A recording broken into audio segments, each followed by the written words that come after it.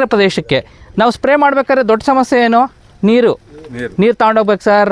ಒಣ ಬೇಸಾಯ, ಬೆದ್ಲು, ನೀರು ಅಷ್ಟೊಂದು ಹೊತ್ಕೊಂಡೋಗೋಕ್ಕಾಗುತ್ತಾ ಡ್ರಮ್ಮಲ್ಲಿ? ಆಗಲ್ಲ. ಅದಕ್ಕೆ ಏನು ಮಾಡಬೇಕು? ಇಂಥದ್ದೊಂದು ಬಿಂದಿಗೆನಲ್ಲಿ ಕರೆಕ್ಟ್ 10 ಲೀಟ್ರ್ ತೊಗೊಂಡೋದ್ರೆ ಸಾಕು. ಇವು ನ್ಯಾನೋದರು ಬರ್ತಾರೆ, ಯಾರೋ ಡ್ರೋನ್ನವರು ಬರ್ತಾರೆ, 10 ಲೀಟ್ರ್ ನೀರು ಕೇಳ್ತಾರೆ ಅಷ್ಟೇ.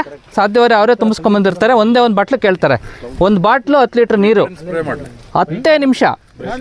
ಒಂದು ಬಾಟ್ಲು 220 ರೂಪಾಯಿದು, 10 ಲೀಟ್ರ್ ನೀರು ಮತ್ತು 10 ನಿಮಿಷ, 500 ರೂಪಾಯಿ ಬಾಡಿಗೆ.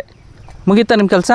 1 ಎಕರೆಗೆ ಸಕಾಲದಲ್ಲಿ ತುಂಬ ಚೆನ್ನಾಗಿ ಯಾವುದೇ ಥರದ ತಲೆನೋವಿಲ್ಲದಲ್ಲೇ ಅವ್ರು ಮಾಡಿಕೊಟ್ಟು ಹೋಗ್ತಾರೆ. ಸೊ ಇದು ಎಷ್ಟು ಅಡ್ವಾಂಟೇಜ್ ಅಂತಂದರೆ ನೀವೆಲ್ಲರೂ ಒಪ್ತಿರ್ತಾನೆ. ಒಪ್ಪೋದು ಜೊತೆಗೆ ನೀವು ಬಳಸಿ ಅದರ ಪರಿಣಾಮ ಏನಾಗಿದೆ ಅಂತ ಅಂದ್ಬಿಟ್ಟು ದಯಮಾಡಿ ನಮಗೆ ತಿಳಿಸಿದ್ರೆ ಇನ್ನು ಬೇರೆ ರೈತರಿಗೆ ನೀವು ಮಾಹಿತಿ ಕೊಟ್ಟರೆ ನಮಗಿಂತ ಇವರು ಗೌಡ್ರು ಏನಿದ್ದಾರೆ ಈಗ ಇವ್ರುಗಳು ಇವತ್ತು ಬಳಸ್ತಾರೆ. ಬಳಸಿದಾದ್ಮೇಲೆ ಒಂದು 15 ದಿನ ಬಿಟ್ಟು ಇವ್ರನ್ನ ಕೇಳಬೇಕು, ನೀವು ಅದು ಬಂದು ನೋಡಬೇಕು.